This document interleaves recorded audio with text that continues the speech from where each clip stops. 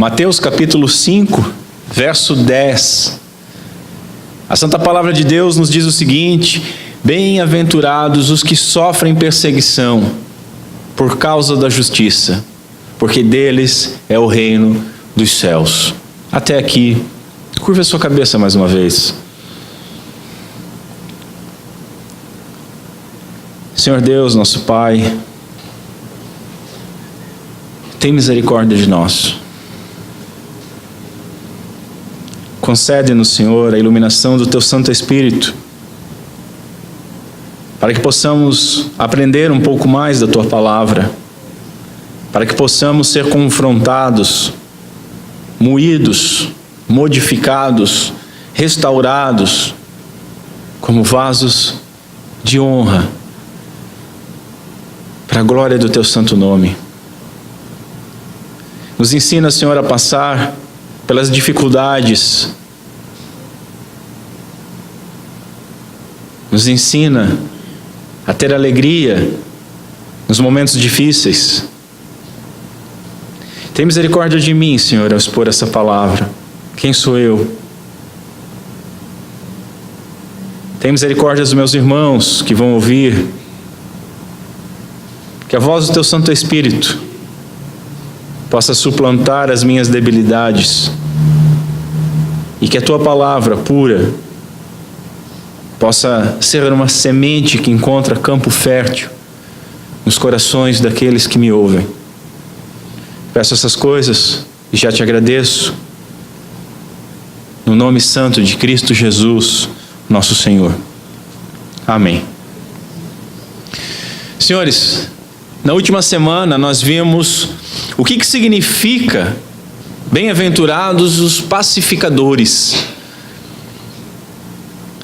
Vimos que estes, por apresentarem uma característica moral do Pai, uma característica do Pai que é de alguma maneira vista, ou que de alguma maneira resplandece neles, uma característica do Pai que fez a paz por intermédio de Cristo Jesus. E por isso, então, eles são chamados filhos de Deus, como um reconhecimento pelo próprio Pai de que eles estão agindo conforme o Pai agiu. Vimos ainda que ser pacificador não é ser pacífico, muito menos passivo, que é uma atitude ativa. Vimos ainda que não é ser político negociando a verdade e negociando a justiça para obter uma paz falsa, negociando princípios para aplacar qualquer contenda. Por fim, nós vimos que a proclamação do Evangelho, onde Cristo nos reconcilia, onde Cristo pacificou-nos com o Pai, é o maior ato que nós podemos fazer de pacificação neste mundo, a pregação do Evangelho. E que a paz deve ser buscada com misericórdia e sempre para a glória de Deus, conforme a sua justiça, conforme a sua palavra. Hoje nós veremos a 8ª característica do crente: sofrer perseguição. Característica. Algo que define o cristão. Nós veremos o que Jesus quis dizer com tal doutrina, o que Ele ensinou, e vamos ver também como aplicar essa doutrina no nosso dia a dia. E a gente vai hoje trabalhar o verso 10, e na semana que vem vamos trabalhar novamente o 10, expandindo o ensino para os versos 11 e 12. É interessante notar como o nosso Senhor, Ele se move no seu sermão. Cristo Jesus, Ele não jogou em nenhum momento palavras ao vento, não foi falando as coisas conforme lembrava. Tudo tem um sentido, tudo tem uma ordem, tudo tem uma lógica. Tudo tem uma maravilhosa revelação da sua sabedoria e controle. Ele passa dos pacificadores à perseguição. Ele passa da paz à guerra. Ele passa da busca pela concórdia a uma certeza de hostilidade. Devemos entender que nem todos querem a paz, apesar de nós termos que ser pacificadores. Nem todos querem a paz, ou ao menos não a verdadeira paz, não a paz que é oferecida pelo nosso Deus triuno. Devemos entender também que muitas tentativas de pacificar não obterão sucesso. Devemos entender que em outras, as tentativas de buscar a paz obterão sucesso, mas quem sabe, eu ou você, que fomos utilizados como um instrumento de pacificação, por causa dessa paz instaurada, percamos a nossa. Isso porque, conforme nós vimos, nós devemos buscar a paz sem parcialidade, sem negociar tanto a justiça de Deus como a verdade de Deus.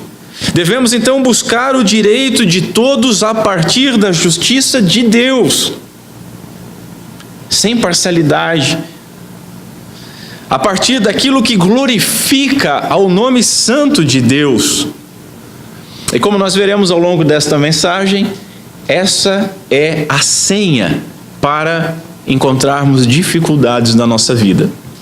Contudo, aquilo que nós chamamos de disputas, de desconforto, aquilo que nós chamamos de perseguição, nosso Senhor chama de pessoa mais do que feliz, de pessoa abençoada, de pessoa bem-aventurada.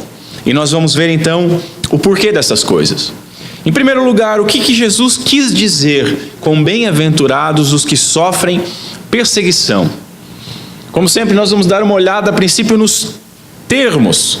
E o termo perseguir, ele pode ser traduzido como ir ao encalço de, ou procurar. Então esse perseguir mostra uma atitude ativa. Bem-aventurados os que sofrem perseguição. É algo ativo. Os homens vão ao encalço do bem-aventurado para perseguir e tirar a sua paz. O bem-aventurado é procurado, é perseguido aonde quer que ele esteja. O termo sofrem são os que suportam, são os que passam, são os que vivem essa perseguição. Eles sofrem, eles vivem, eles estão vivendo essa perseguição. São aqueles que carregam as marcas desta experiência.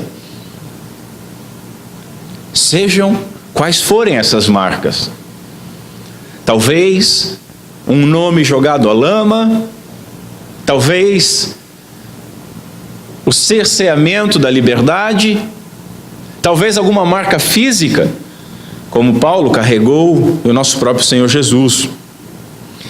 Há um debate acadêmico a respeito da tradução ideal da expressão os que sofrem perseguição. É dito que não seria o seguinte, não seriam os que são perseguidos ou os que sofrem perseguição, mas a tradução ideal pelo grego teria que ser os que têm sido perseguidos. E aí nós encontramos um problema, pelo menos os estudiosos encontram um problema chamado anacronismo. O que é isso? É algo dito fora do tempo. É um anacronismo. Dá um exemplo para os irmãos entender. Você pegar um livro de 1920, né? Dizendo que o personagem ele estava com dificuldade de se conectar à internet. Não havia internet em 1920, então é um anacronismo, está fora do tempo. E aí então seria um anacronismo, uma vez que a perseguição à igreja ela veio bem depois de que Cristo proclamou esse sermão. Contudo, nós temos que ver que nos versos seguintes, Jesus compara os que são ou os que serão perseguidos com aqueles que foram perseguidos. os profetas. Exultai e alegrai-vos, porque desse mesmo modo eles perseguiram os profetas. Ou seja, os fiéis a Deus sempre são perseguidos. Os fiéis a Deus sempre foram perseguidos. E os fiéis a Deus sempre serão perseguidos. De tal maneira, senhores, que a academia às vezes gosta de procurar pelo em ovo. E eu não vejo dificuldade alguma com o que Jesus diz aqui. Mesmo porque no tempo de Cristo, ainda que a igreja não tivesse sido estabelecida, uma vez que ela foi após a festa de Pentecostes, a igreja como cristã, né, com a vinda do Espírito Santo, nós temos a perseguição a João Batista, como ainda o último profeta. Agora nós temos que notar o seguinte: eles são perseguidos por causa da... É uma palavrinha só. Por causa da, por motivo da, devido a. Eles são perseguidos por alguma coisa, e a perseguição vem em virtude do quê? Da justiça. Por causa da justiça, por motivo da justiça, devido à justiça. E essa justiça, ela designa o defender e o praticar a vontade de Deus. Ser justo, praticar na sua vida, na nossa vida, ações e defesa. Inclusive, como por exemplo, naquilo que trará consequências para a nossa vida. Desde que essa perseguição seja em virtude da justiça divina. E onde é que nós encontramos a justiça divina? Na palavra de Deus.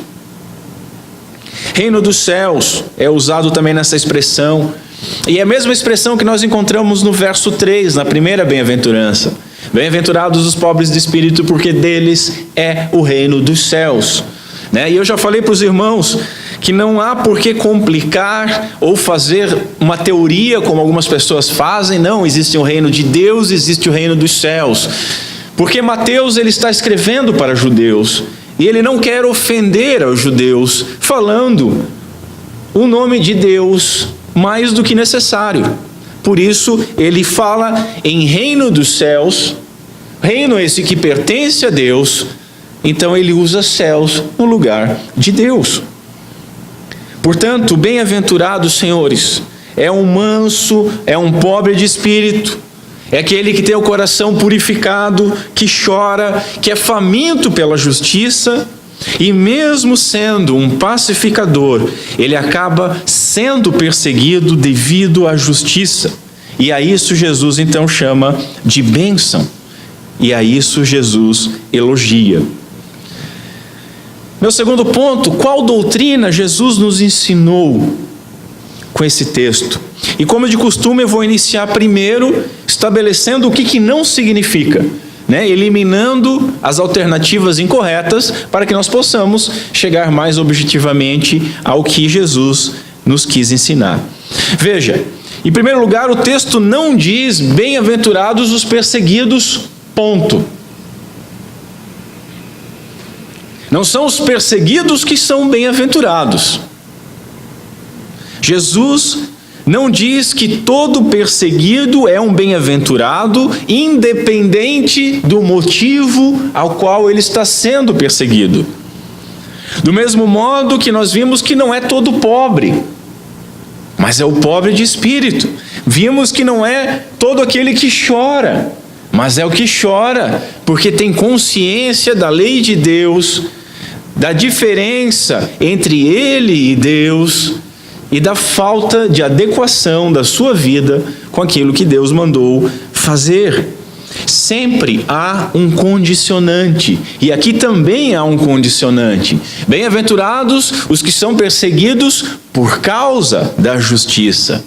Aqui a perseguição sofrida por causa da justiça é que é elogiada. Porque senão, senhores, nós teremos que concordar o seguinte: um ladrão então seria bem-aventurado, porque um ladrão ele é perseguido, pela polícia pelo menos.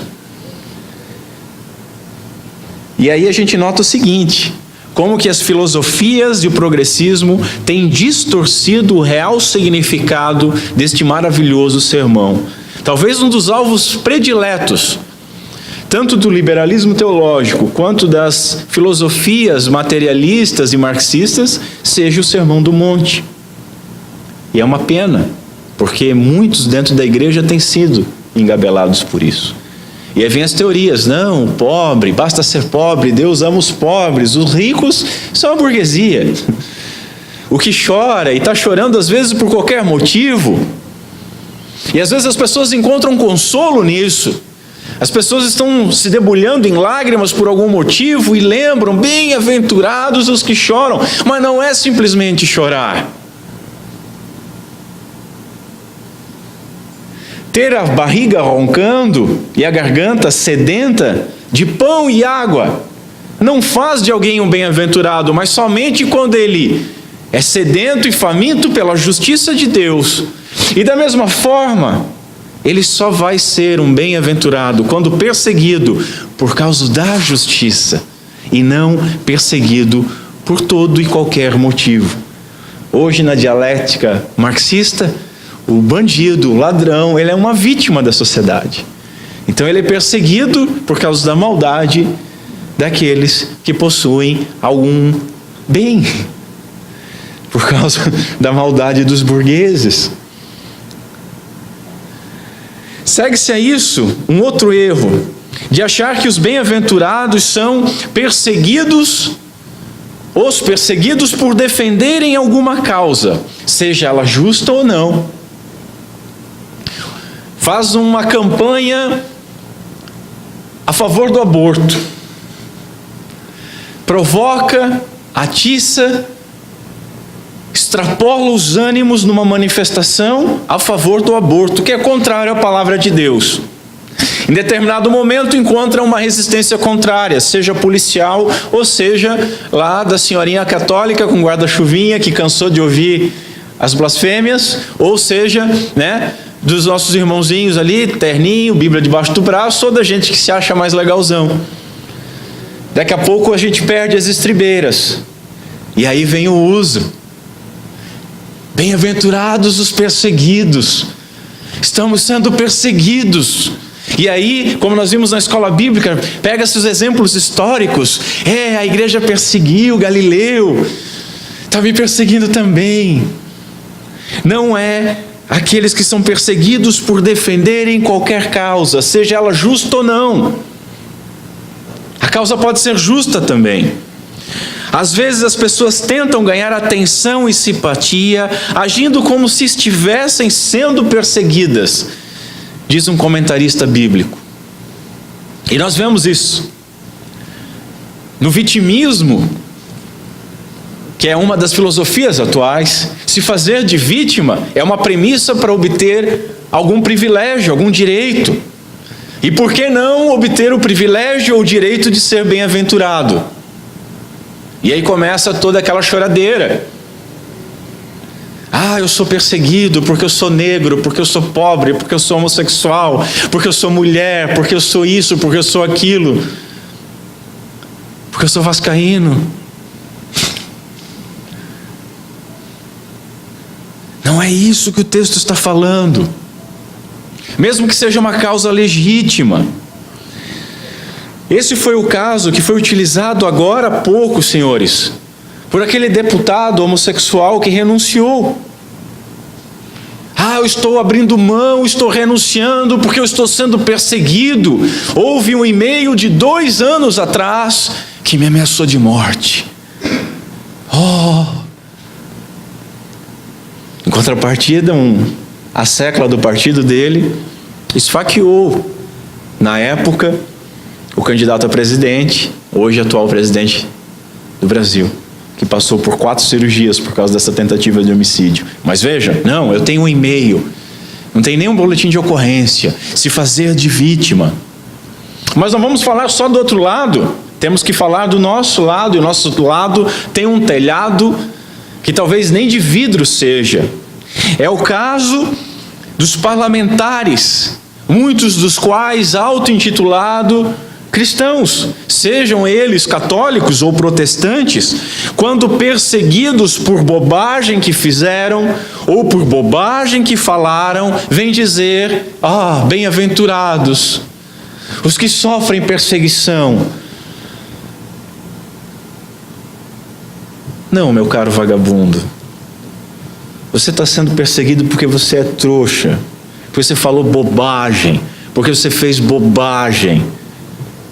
Bem-aventurado na Bíblia é o perseguido por causa da justiça, e não há justiça nenhuma em você ganhar dinheiro ilícito, em você usar do seu poder para obter alguma vantagem, ou de você usar da prerrogativa de um foro privilegiado para falar asneira.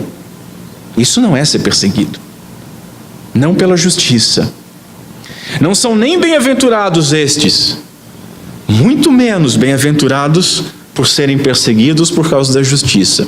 Agora, é claro que isso não significa, senhores, que não possa haver uma perseguição bem-aventurada no meio político por causa da justiça. Vamos dar um exemplo: a luta contra a escravidão.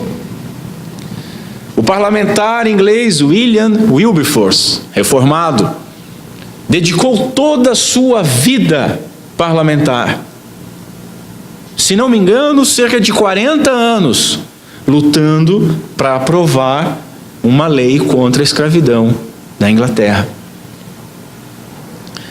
Também não são bem-aventurados os faltos de sabedoria ao testemunhar do Evangelho. Sabe, a pessoa, às vezes tem alguma pessoa que ela está num fervor evangelista, mas esse fervor queima. Ao invés de curar, ele queima. Ao invés de levar a boa nova, ele afasta as pessoas. Aqueles que falam coisas inapropriadas, de formas inapropriadas, nas situações mais inoportunas possíveis. E todos vocês já viram isso, e muitos de vocês provavelmente já fizeram isso, né? É o famoso crente chato. Fala o que não é para falar na hora que era para ficar quieto. Paulo nos instrui a nós nos suportarmos mutuamente, a nos suportarmos uns aos outros em amor, em Efésios 4. Sabe por que ele diz isso? Ele diz isso, senhores, porque muitos crentes são indivíduos difíceis, dificílimos de lidar. Eu não diria que muitos, eu diria que todos os crentes são dificílimos de lidar. E eu diria de mim mesmo que talvez eu seja o mais difícil de lidar. Vocês são bem-aventurados de me suportarem. E quando colhem oposição por causa do seu temperamento, por causa da sua chatice, e por isso são perseguidos, não são perseguidos por causa da justiça. Logo, não é esse tipo de perseguição que os torna, ou que os faz bem-aventurados. E sim, só corrobora que são chatos. Eu muitas vezes, pelo meu jeito explosivo, ou excesso de sinceridade, sou perseguido. Agora, eu não posso dizer isso, com isso que eu sou um bem-aventurado, de maneira alguma. Eu tenho que controlar o meu eu, assim como os irmãos. Jesus também não chama, senhores, de bem-aventurados aqueles chatos, fanáticos, hiperzelosos, os neopuritanos que estão no nosso meio. É certo que nós devemos defender a causa do Evangelho, é certo que nós devemos defender as doutrinas básicas e essenciais, ainda que isso traga contendas. A reforma protestante nasceu a partir disso. Uma série de outras divisões nasceram por causa disso. Nós não podemos negar princípios básicos. Nós vimos isso em Ser Pacificador. Principalmente daqueles que fingem ser crentes, ou daqueles que até são, mas são crentes com muito pouco entendimento e muita opinião. Há também aquele chato crente do trabalho, aquele juizão alheio. Sabe como é que é? aquela pessoa desagradável, que não perde uma oportunidade de condenar os outros, não perde uma oportunidade de mandar alguém ao inferno, e que não vive absolutamente nada, mas quer padronizar e quer pautar a vida, comportamento e pensamento dos outros, segundo a sua visão particular do Evangelho. Isso eu falo de cadeira, porque eu fui isso um bom tempo. Que Deus tenha misericórdia de mim. Pedro, ele nos ensina que sofrer por praticar o mal não traz glória alguma. Sofrer por praticar o mal é justo. Não faz do perseguido um bem-aventurado. Ele diz o seguinte na sua primeira epístola: se padecerdes por amor da justiça, sois bem-aventurados. Mais à frente ele diz: tendo uma boa consciência, para que naquilo que falam mal de vós, como de malfeitores, que eles fiquem então confundidos, os que blasfemam do vosso bom porte em Cristo. Ou seja, eles vão falar mal dessa pessoa, mas é calúnia. Eles estão mentindo, e por causa do bom comportamento que o cristão deve ter, então eles são envergonhados. E ele continua: porque melhor é que padeçais fazendo o bem, se a vontade de Deus assim o quer, do que fazendo o mal. É algo quase que óbvio. No outro capítulo ele diz o seguinte: que nenhum de vós padeça como homicida, como ladrão, como malfeitor, ou como aquele que se intromete em negócios alheios. Mas se padece como cristão, então não se envergonhe, antes glorifique a Deus nessa parte.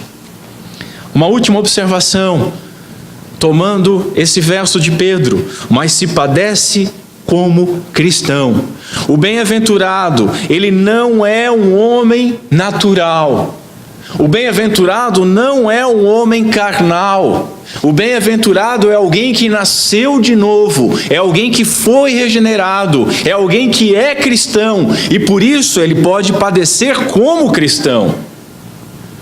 Portanto, o bem-aventurado perseguido não é algo natural. Não é a perseguição a alguém que tenha naturalmente um caráter nobre, um caráter bom, um caráter desprendido.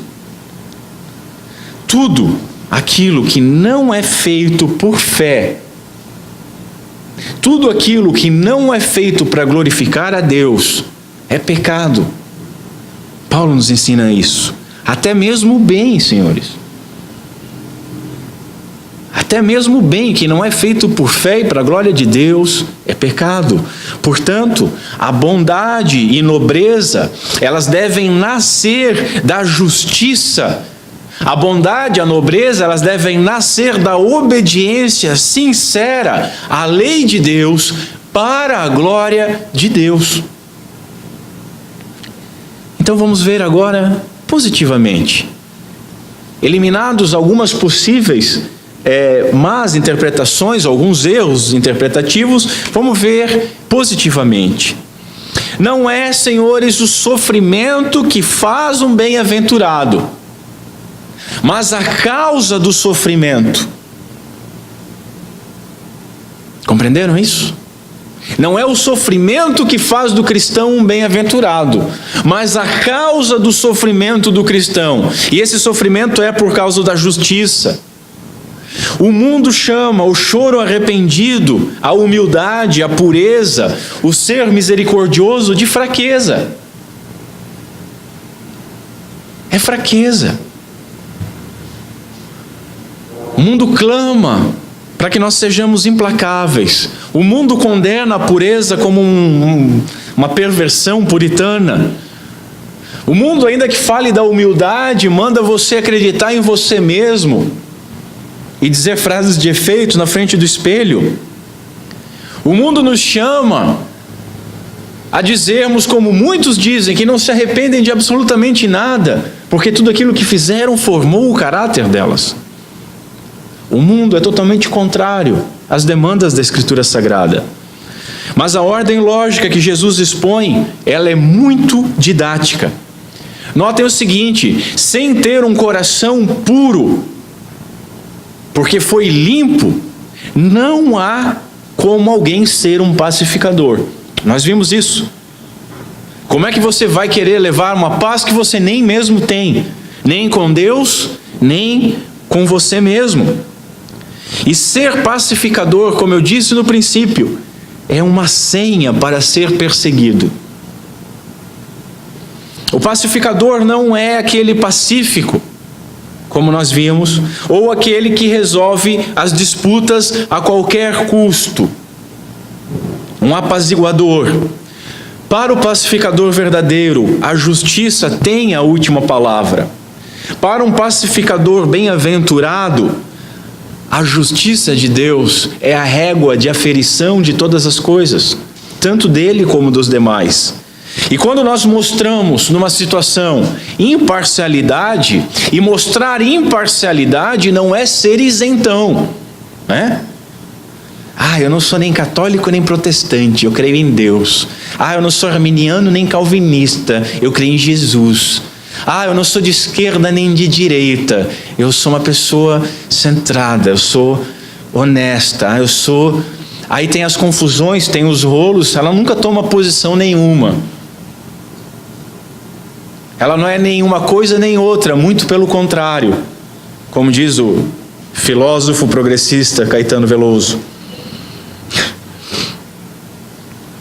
Não é ser isentão, mas quando nós mostramos imparcialidade, e talvez você já tenha vivido isso, quando você pega duas partes que estão em desavença, que estão discutindo, que estão com um problema, que estão com dificuldades, que estão lutando entre si, e você vai falar e vai aconselhar com imparcialidade, você consegue o milagre de desagradar as duas partes.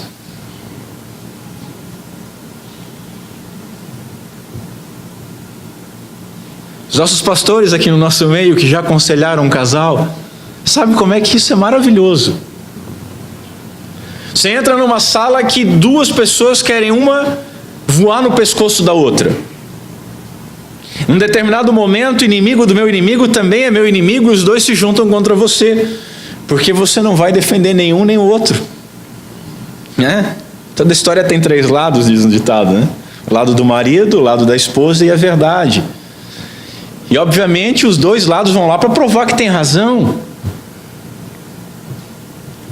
Além de, às vezes, nós desagradarmos o público exterior também. Lloyd Jones diz que quando o crente mostra ser um pacificador, esse é o resultado que ele sempre vai colher: desavença, perseguição. É isso que acontecerá com você, diz ele, somente porque você é crente, somente porque você tem a sua régua de aferição, a justiça de Deus, não as tuas inclinações, não o lado que você gosta mais. Vamos usar o exemplo do casal de novo. Vai aconselhar um casal. Você sabe, você tem uma amizade com o marido, a mulher é meio chatinha, tem os problemas dela, então você já vai totalmente parcial para o negócio. Ou vice-versa, você sabe que o marido é um folgadão e a mulher é uma batalhadora, que você não entende como é que ela está suportando esse casamento. Você vai totalmente parcial já, né? Mas o cristão verdadeiro, ele vai com a régua da justiça de Deus. Ele aponta os erros dos dois lados. Você está errado, mas você também está errado. Mas ele adulterou. Adulterou por que será? Só porque a sua moralidade foi fraca? Os dois irmãos, quem tem filhos também, os dois irmãos brigaram. A culpa é dele. Não, a culpa é dele. A culpa nunca é de ninguém, é sempre do terceiro. Aí você chega lá e bota a regra. Você chega lá e é justo. Olha, vai ser agora assim e assim, você vai deixar o seu irmão fazer isso. E você, até ele deixar, vai respeitá-lo. Os dois emburrados. É a mágica. É a mágica. Isso eu estou usando exemplos bem pueris, para que nós possamos entender isso numa amplitude maior. Em tudo que nós fizermos, em tudo que nós falarmos, se nós demonstrarmos a verdadeira justiça, nós estaremos naturalmente expondo o erro. Nós vimos isso na bem-aventurança da pureza de coração. Nós devemos, senhores, ser imitadores de Cristo. E quando a verdadeira justiça revelou-se em Cristo, através de Cristo, a justiça falsa dos ímpios e a religiosidade falsa dos homens religiosos da época foi exposta. E por isso perseguiram.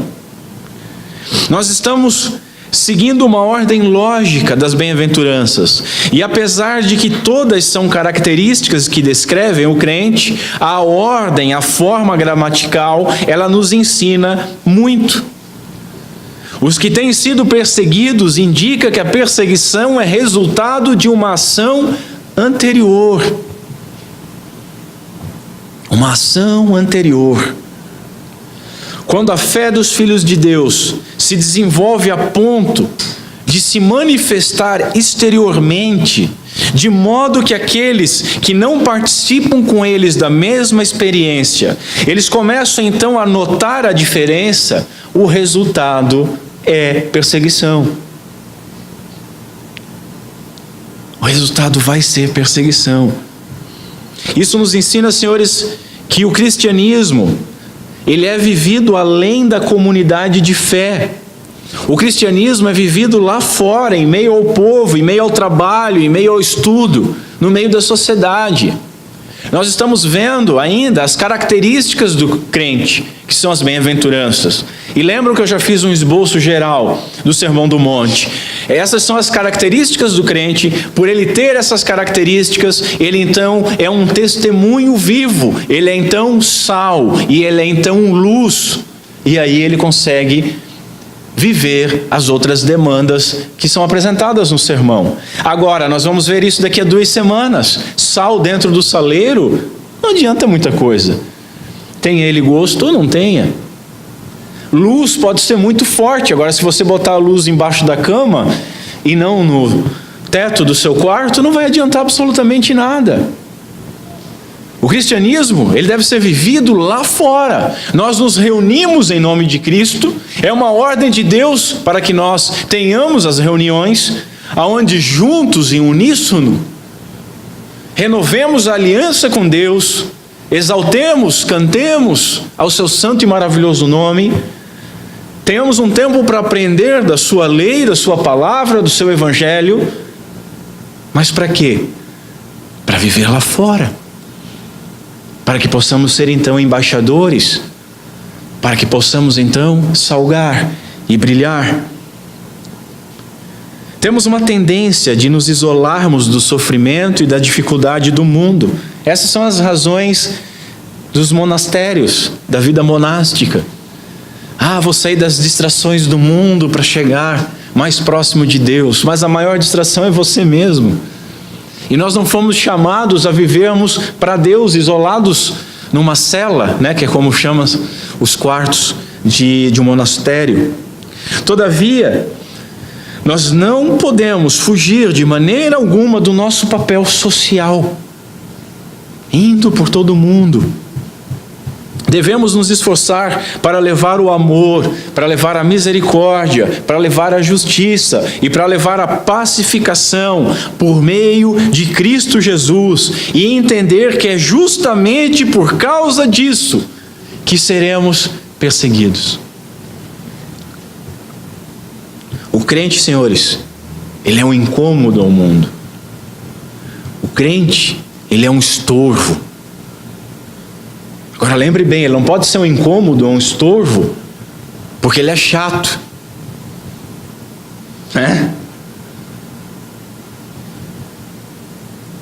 A recompensa pelas suas obras que glorificam a Deus não será o reconhecimento, mas será a rejeição, será o ódio e será a perseguição. E essa é uma coisa que Cristo Jesus elogia e chama de bem-aventurança. O motivo da perseguição é a justiça, ou seja, viver em harmonia com Deus, buscando obedecer à lei de Deus e a viver conforme essa lei exposta na sua palavra, executando então todas as suas obras como boas obras de obediência àquele que nos chamou. A conduta íntegra gera perseguições, porque os iníquos não suportam contemplar a justiça, diz Sproul. E aí nós devemos nos perguntar: nós temos sido perseguidos por causa da justiça? Perseguidos nós já fomos de alguma maneira, mas por sermos chatos ou por causa da justiça? Por termos um discurso divorciado da nossa prática, ou como nós vamos ver na semana que vem, fomos perseguidos por causa de Cristo. Os ímpios enxergam em nós a justiça de Deus?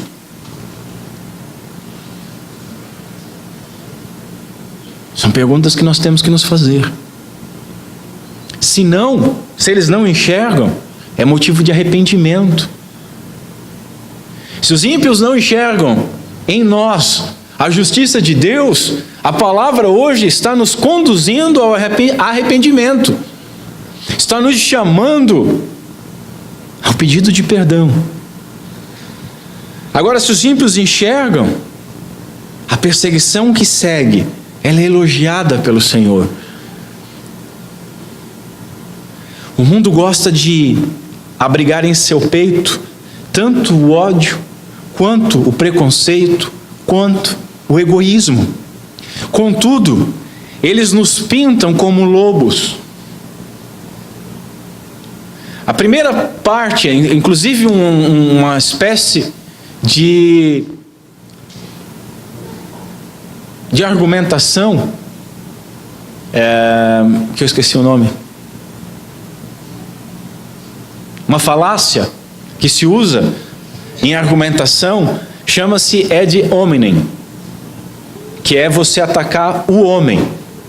Então você está debatendo com alguma pessoa e você não ataca o argumento, a verdade que a pessoa está defendendo, mas a pessoa em si, para desqualificá-la, e desqualificando ela, tudo que ela vai dizer, então perde o sentido, né? Você está discutindo com alguém e aí você, cara, eu não posso aceitar que você, sendo isso, aquilo, aquele outro, venha falar algo assim. Então você desqualifica o interlocutor. Isso é feito muito nos tribunais, né? A testemunha vai testemunhar e os advogados contrários vão pegar a vida da pessoa. É um usuário de droga, é isso, é aquilo, roubou um lanche na creche em 64, como é que você agora quer falar a verdade, né? Eu falo um exemplo assim porque às vezes é muito bobo o negócio. É usado também nas discussões acaloradas dos nossos dias. Você não pode falar contra o aborto porque você é o homem. Então você não pode falar contra o estupro porque você é mulher. A lógica é a mesma. Mas por que eu estou falando isso? Porque o mundo, e muitos pseudo-cristãos colaboram para isso, o mundo ele assassina a reputação do cristão primeiro, para depois desqualificar todas as suas ações. É isso que eles fazem. Não digo que não haja falsos em nosso meio, que não haja joio, claro que há. Contudo, se nós considerarmos o que o mundo diz a respeito dos cristãos, né?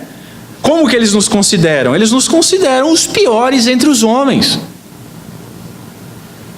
Para desta maneira rejeitar e perseguir a mim e a você. E o que o mundo diz a respeito de nós? Eles nos acusam de sermos impostores, de sermos ladrões, e quando você é pastor mesmo, agora você está bem, né? Então, vai lá, senta lá comigo. Impostores, ladrões, idiotas, tacanhos, retrógrados, intolerantes, homofóbicos, machistas, preconceituosos, criadores de contendas. A sua repulsa a Deus e a repulsa à justiça de Deus, ela é direcionada a nós. É colocada nos nossos lombos. E Calvino nos diz o seguinte: essa é a lição que nós devemos absorver completamente. Se nós não quisermos nos espantar pelos maus tratos que frequentemente sofreremos. Jesus provavelmente, ele deixou os seus ouvintes boquiabertos quando ele falou isso. Quando ele descreveu essa bem-aventurança, deve ter sido mais um daqueles momentos que Gênesis veio à tona e descaiu-lhe o semblante. Os discípulos devem ter ficado horrorizados. Os ímpios ficaram horrorizados. Os religiosos ficaram horrorizados. Porque primeiro os mundanos costumam, assim como infelizmente muitos de nós e os judeus daquela época, não considerar o sofrer perseguição um tipo de bênção. E não é fácil para nós considerarmos o sofrer perseguição um tipo de bênção. Ou é? Né? Deixa a tua carne falar um pouquinho agora. Deixa de ser espiritual um pouquinho. Vamos sair do plano espiritosférico e vamos para a vida real. Imagina os discípulos ouvindo. Foi tudo um escândalo. Bem-aventurados os pobres de espírito. Como assim? Nós somos orgulhosos em nós mesmos. Bem-aventurados os que choram. Não, nós somos fortes. Bem-aventurados os misericordiosos. Não, nós somos implacáveis. Bem-aventurados os que têm fome e sede de justiça. Nós estamos satisfeitos. Bem-aventurados os pacificadores. Bem-aventurados os limpos de coração. Foi abalando a estrutura, mas Jesus não para. E aí Jesus diz: bem-aventurados são aqueles que sofrem perseguição por causa da justiça. Não, peraí, Senhor. Aí o Senhor está forçando a barra. Segura, calma. Como assim? Abençoado, mais que feliz aquele que sofre? Não pode ser. Em segundo lugar, para os judeus e infelizmente para muitos dos crentes hoje em dia, todo sofrimento é visto como uma desaprovação de Deus.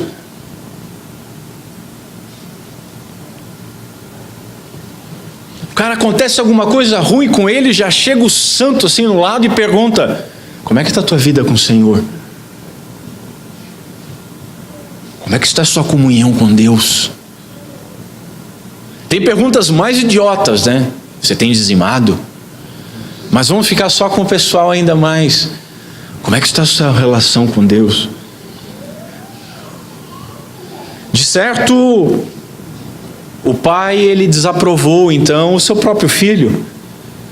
Ou alguém sofreu mais do que Cristo? De certo, o pai desaprovou a Abraão, a Moisés, a Estevão. Talvez desaprovou a Jó, talvez desaprovou a Paulo. Não é verdade? John Stott, citando Bonhoeffer, ele ensina o seguinte: o discipulado é a união com Cristo sofredor, por isso nada há de estranho no sofrimento do cristão, antes é graça, antes é alegria. Você consegue ver graça e alegria no sofrimento? E eu só tenho que fazer um parênteses aqui no Cristo sofredor, porque o Cristo sofredor, a gente já viu isso, ele não existe mais, né? Há hoje o Christus Victor, vitorioso. Não tem mais aquele homem ensanguentado, sofrendo, com fome, quase morrendo. Ele já morreu, ressuscitou em glória. Mas nós, crucificados em Cristo Jesus, no discipulado, nós estamos juntos com essa parte do sofrimento de Cristo, aguardando então a nossa restauração completa. Para muitos hoje o pai desaprovou Paulo, porque Paulo sofreu um bocado, né? João Batista, José, coitado. Mas Jesus, ele contradiz isso. E Jesus nos diz: bem-aventurados os que são perseguidos. Todos estes foram perseguidos por causa da justiça. Não porque eram ímpios, não porque eram falsos, não porque eram chatos, mas por causa da justiça. Bem-aventurados os perseguidos, ou dito de outra maneira, em outro lugar, no mundo tereis aflições. Ou ainda dito de outra maneira, em outro lugar, eis que vos envio como ovelhas para o meio de lobos.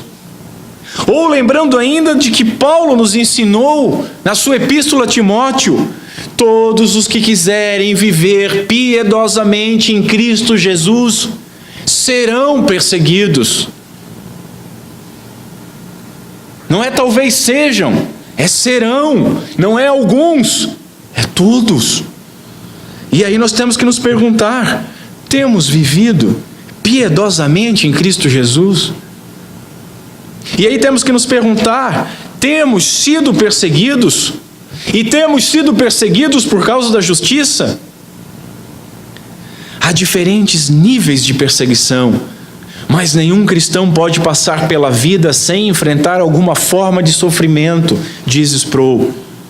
A oposição, senhores, é uma marca normal do discípulo de Jesus, tão normal quanto ter fome de justiça ou ser misericordioso. Compreenderam o que eu acabei de falar? As bem-aventuranças descrevem o cristão. Não são coisas para o cristão fazer, é aquilo que o cristão é. Sendo assim, o cristão é manso, é aquele que chora, é o pobre de espírito, é o pacificador, é o puro de coração. Sendo assim, o cristão é aquele que sofre. É uma característica dele, não de alguns, é uma descrição dele. Como temos visto, as bem-aventuranças não são dicas, não são tipos de crentes, mas a descrição do caráter do crente. Portanto, nós concluímos que a condição de ser desprezado e rejeitado, injuriado e perseguido, é um sinal do discipulado cristão, da mesma forma que um coração puro ou misericordioso. Deus é verdade, diz Calvino, nos dará alívio de tempos em tempos, mas nós não podemos evitar de fazer muitos inimigos. Nosso espanto e preocupação não deve ser com a perseguição, senhores. O nosso espanto e preocupação deve ser com a ausência de perseguição. Eu lembro de um livro, entre muita bobagem que escreveu o fundador do Portas Abertas, o irmão André, mas num livro dele, que é um livro bem herético, tem um momento que vale o livro, a qual eles estão orando pela igreja perseguida, e aí o pessoal da igreja perseguida diz o seguinte: o que vocês fazem com 2 Timóteo 3:12? Que é o texto que eu acabei de ler, que todos aqueles que seguirem piedosamente a Cristo Jesus serão perseguidos. E aí a igreja que estava orando pela igreja perseguida entendeu que ela não estava sendo perseguida. E se não estava sendo perseguida, é porque não estava vivendo piedosamente em Cristo Jesus. Essa deve ser a nossa preocupação. Nós encontramos no texto paralelo ao Sermão do Monte, chamado de Sermão da Planície, em Lucas, depois das bem-aventuranças, alguns ai de Cristo. E um desses ai, ele diz o seguinte: ai de vós, quando vos louvarem. A popularidade universal está para os falsos profetas, assim como a perseguição está para os verdadeiros. Nós não fomos chamados a sermos populares, bem vistos, benquistos, aplaudidos, termos sucesso. Isso não existe no cristianismo, senhores. E devemos nos perguntar: temos sido perseguidos? E devemos nos perguntar: temos sido perseguidos por causa da justiça? John Wesley, ele escreveu no seu diário o seguinte: Senhor, o que eu fiz de errado? Senhor, aonde eu pequei? Há mais de uma semana, Senhor, ninguém cospe em mim. Há mais de uma semana, ninguém me apedreja. Você pode até argumentar que ele está sendo muito forte, os tempos são outros. Mas você se imagina chegando em casa, escrevendo no seu diário: Senhor, aonde que eu errei? Porque hoje eu não fui injuriado por ninguém. Hoje eu não fui perseguido por causa da justiça. Teve um momento na minha vida que eu me assustei. Estava com alguns amigos e eles me disseram o seguinte: pô, Alberto, você é crente, mas não é igual aqueles chatos. E a maioria das pessoas gostam de ouvir algo assim, porque querem se descolar, né, do crente aleluia, do crente chato, do crente que assiste programa de televisão e manda dinheiro por envelope, enterra a Bíblia e compra rosa. Mas eu entendi o que ele quis dizer. O que ele quis dizer não era que eu era diferente dos outros crentes. O que ele quis dizer é que eu era igual a ele. Não havia diferença. E se não há diferença, não há bem-aventurança. Nós temos arrancado, senhores, aplausos do mundo ou reconhecimento de Deus. Nós temos, por exemplo, Cristo Jesus, que disse que não aceitava a glória de homens, mas veio para glorificar e para ser glorificado pelo Pai. A promessa vinculada a esta bem-aventurança é a mesma promessa que a primeira bem-aventurança, porque deles é o reino dos céus. Que maravilhoso isso, senhores! A primeira e a última terminam com a mesma promessa. A primeira e a última fazem uma moldura no caráter do cristão. O cristão é um cidadão do reino. Veja, todas as outras bênçãos, todas as outras promessas são num futuro, muitos dos quais nós vimos um passivo divino. São coisas que Deus vai fazer. O bem-aventurado alcançará a misericórdia. O bem-aventurado terá a lágrima enxugada, será farto de fome e sede de justiça. Verão a Deus, serão chamados de filhos de Deus, mas esse bem-aventurado, ele já é cidadão do reino. Está no presente, não é que vai ser. É uma moldura na descrição do crente. Jesus inicia e finaliza dizendo que o bem-aventurado pertence ao reino dos céus. O reino não é apenas um prêmio, mas para o reino é que as leis regem os justos. Leis essas que foram estabelecidas por Deus. E é obedecendo a estas leis que vive o bem-aventurado. O tempo, eu reforço, é presente.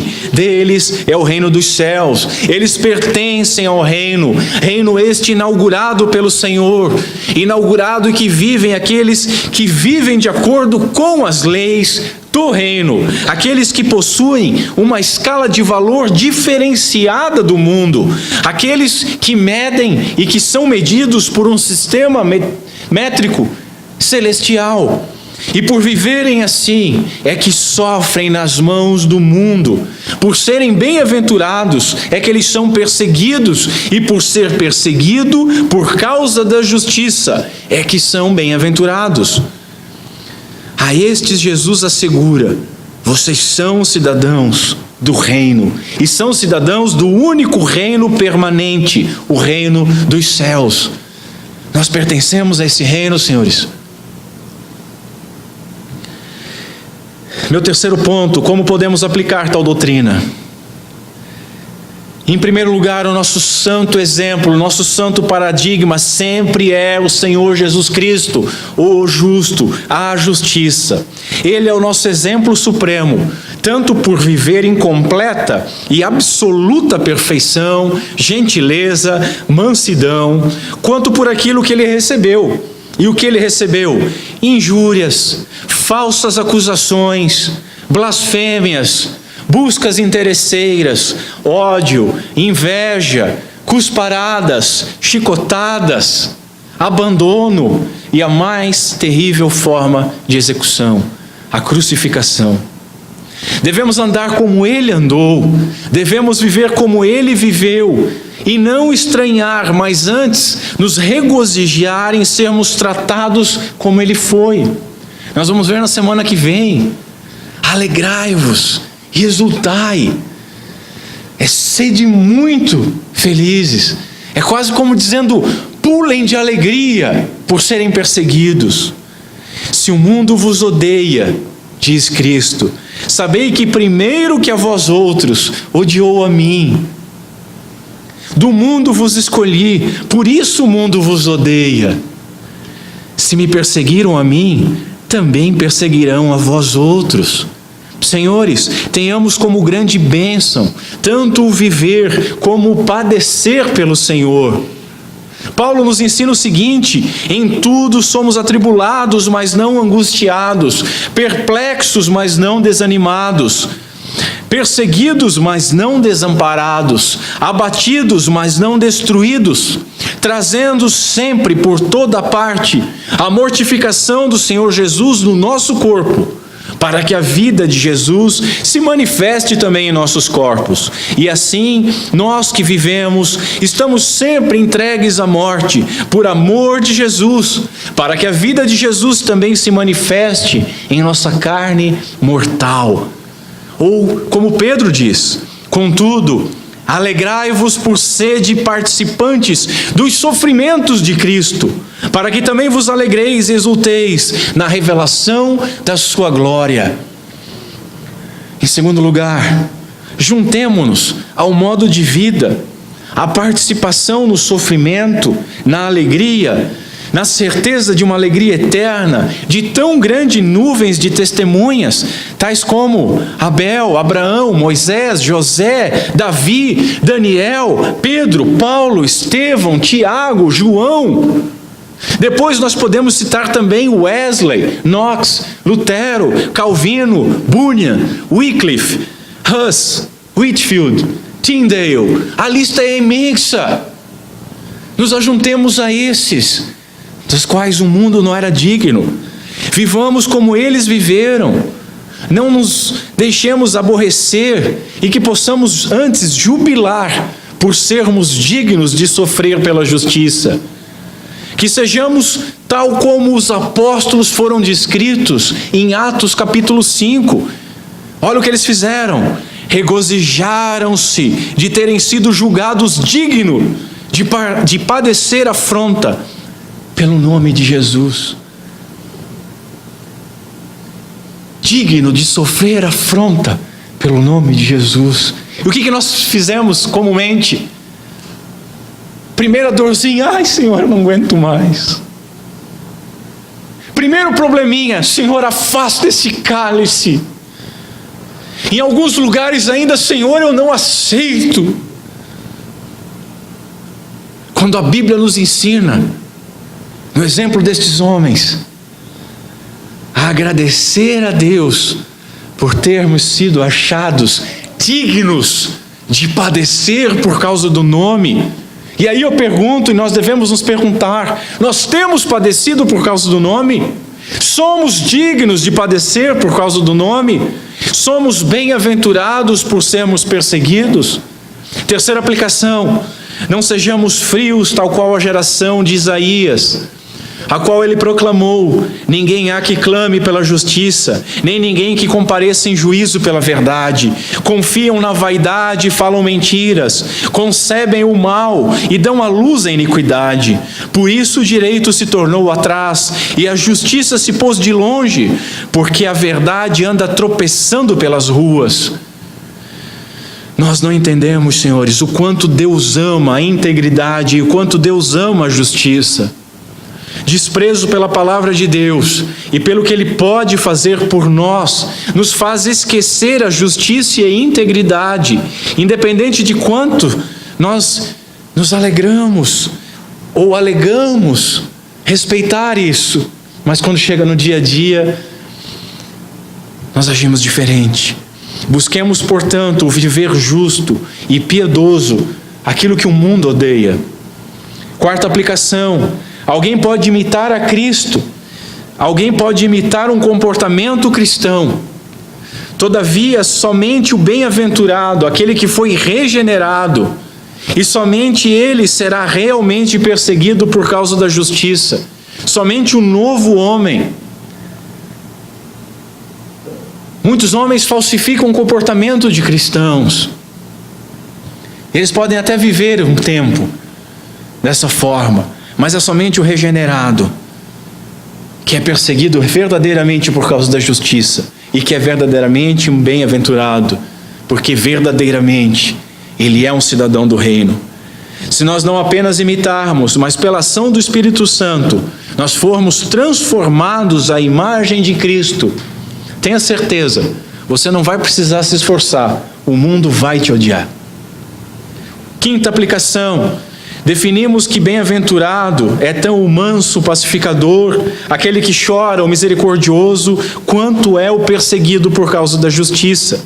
E aí devemos responder: já experimentamos esta perseguição por causa da justiça. As trevas odeiam a luz, porque a luz desmascara as trevas. Nós temos sido luz do mundo. Nós vamos ver esses versos, esse texto mais à frente. Nós temos sido sal da terra. Sexta aplicação: a única homenagem que a maldade pode prestar à justiça é persegui-la, diz o Spurgeon. A única homenagem que a maldade pode prestar à justiça é persegui-la. E ele complementa: é um dom de Deus quando ele permite que alguém sofra pelo seu nome. Assim, podemos ser ajudados e nos alegrarmos na cruz de Cristo, quando somos honrados ao sermos insultados por amor do seu nome. Que glória, senhores! Que glória que muitas vezes nós perdemos. Bem-aventurados sois vós, quando mentirem e vos perseguirem, caluniando, disserem todo mal contra vós por minha causa. Exultai e rejubilai, porque assim perseguiram os profetas que vieram antes de vós. É o verso 11 e o 12 que nós vamos ver semana que vem. Sétima e última aplicação: a perseguição por causa da justiça deve ser motivo de alegria, uma vez que a promessa é: grande é o vosso galardão nos céus, que nós vamos ver na semana que vem, e vosso é o reino dos céus. Como Paulo ensina, porque vos foi concedida a graça, prestem atenção, de padecerdes por Cristo, e não somente de crer nele. Você já olhou isso como graça? Nós defendemos que a salvação e a nossa fé é unicamente por causa da graça. Pela graça somos salvos. A fé que nos faz tomar posse vem pela graça. Mas Paulo aumenta isso dizendo que foi concedida a graça de não apenas crer, mas de padecer por Cristo. Muitos púlpitos, senhores, vendem um cristianismo como um mar de rosa e acabam roubando o verdadeiro evangelho dos seus ouvintes. O verdadeiro evangelho leva a um verdadeiro discipulado cristão que nos humilha, que nos faz inimigos do mundo. Não porque nós queremos brigar com o mundo, mas porque o mundo não nos suporta. Contudo, Jesus disse o seguinte: tenho-vos dito isto para que em mim tenhais paz. No mundo tereis aflições, mas tende bom ânimo. Por quê? Porque nós vamos vencer o mundo? Não, porque eu, diz Cristo, eu venci o mundo. E Paulo nos ajuda, porque a nossa leve e momentânea tribulação produz para nós um peso eterno de glória muito excelente. Você enxerga alegria nisso? Quando você olha a sua tribulação, e você deve olhar para a sua tribulação, dizendo assim: a minha muito leve e muito tribulação, porque se Paulo chamou de leve, o que vamos dizer nós? Ela redundará num eterno peso de glória. Você enxerga alegria nisso? Semana que vem, senhores, nós veremos mais a fundo como devemos nos comportar nas perseguições, que eu lembro aos senhores, nós devemos passar, elas são necessárias. Se o crente é perseguido por causa da justiça, nós devemos nos perguntar: sou crente? Sou verdadeiramente crente? Sou perseguido? Sou perseguido por causa da justiça? Como que eu devo me comportar? E então nós devemos lembrar e imitar as orações dos discípulos que foram perseguidos ao longo da história, e devemos nós também nos regozijar de termos sido julgados dignos de padecer afronta pelo nome do Senhor. Vamos ficar em pé.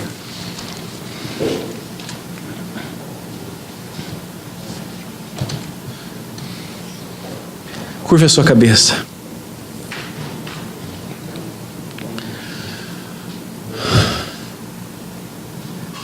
Senhor Deus, nosso Pai, tem misericórdia de nós. Nós somos fracos, nós somos frouxos, nós somos covardes, nós somos falsos na maneira de viver, nós somos falsos naquilo que nós dizemos crer, Senhor.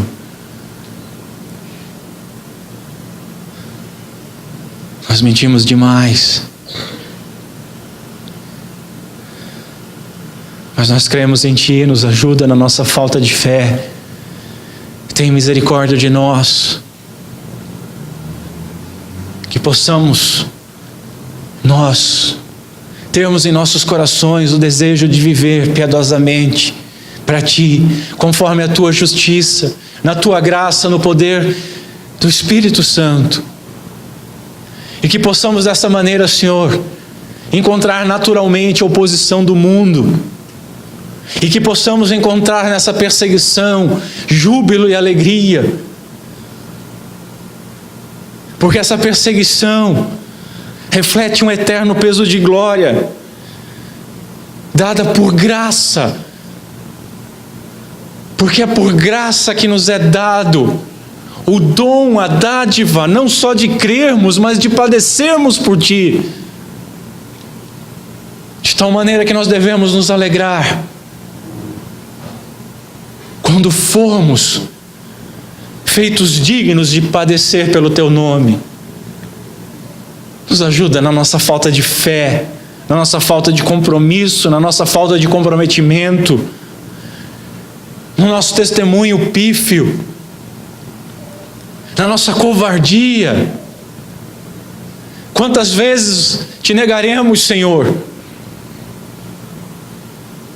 Que o galo possa cantar de uma vez, que o galo esteja cantando esta manhã, para que a Tua palavra humilhe e quebrante os nossos corações orgulhosos,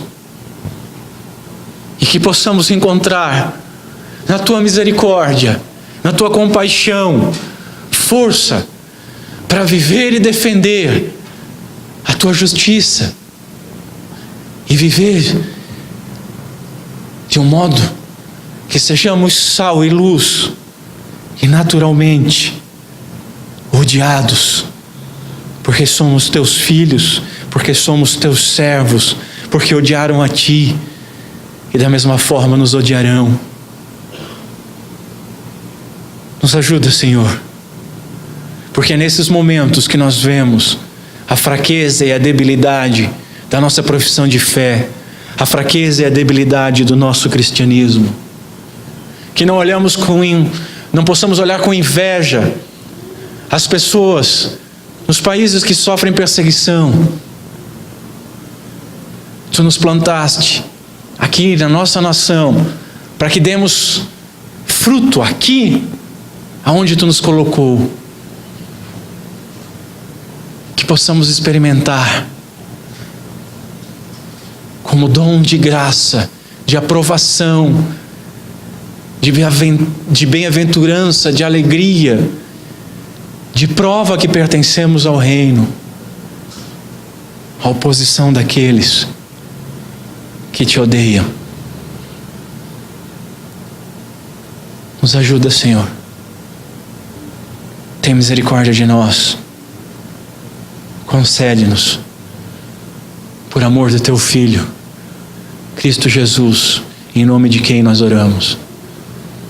Amém.